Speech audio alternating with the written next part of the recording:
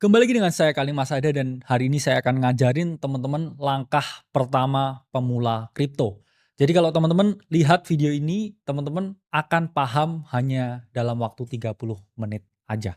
Nah, saya tahu bahwa cryptocurrency saat ini menjadi aset yang sangat populer. Semua orang ngomongin tentang Bitcoin, ngomongin Ethereum, ngomongin Solana. Seakan-akan orang yang nggak invest di kripto sekarang 2025 ini nggak keren. Padahal faktanya mereka ini kebanyakan itu hanya FOMO, fear of missing out. Mereka tuh nggak ngerti Bitcoin itu apa, nggak ngerti kripto apa, hingga akhirnya mereka yang menderita yang namanya kerugian. Jadi di sini saya nggak mau teman-teman ini menderita yang namanya kerugian, makanya saya akan cerahkan teman-teman dengan pengetahuan tentang cryptocurrency.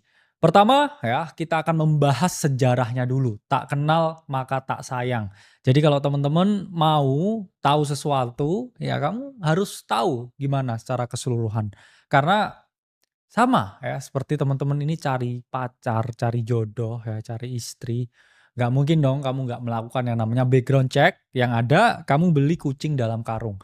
Itu yang menyebabkan banyak orang di sini akhirnya bilang, "Oke, saya rugi, kripto kapok dan sebagainya," karena bahkan mereka nggak ngerti ini tuh barang apa. Nah, kita akan membahas sejarah singkat mengenai cryptocurrency. Jadi Bitcoin sendiri lahir di 2009 setelah kita lihat global ya, GFC, Global Financial Crisis di tahun 2008. Karena gelembung perumahan yang terjadi di US ya. Jadi waktu itu banyak orang ini yang hutang untuk membeli rumah, bahkan banyak orang yang nganggur di Amerika itu punya akses untuk financing 3 rumah. Ya, itulah yang menyebabkan bubble dan banyak yang tidak terbayar hingga akhirnya went bust ya. Industri properti di Amerika dan itu membawa dampak ke financial system yang luar biasa. Nah, setelah itu lahir ya Bitcoin 2009 oleh kelompok yang dinamai Satoshi Nakamoto. Jadi saya pribadi ya itu nggak percaya kalau itu hanya satu orang yang ngerjain semuanya. I think it's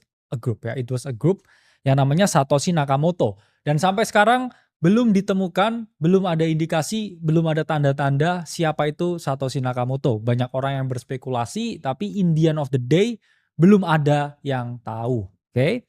Dan sampai saat ini wallet ya dari Satoshi Nakamoto sendiri itu tidak bergerak sama sekali.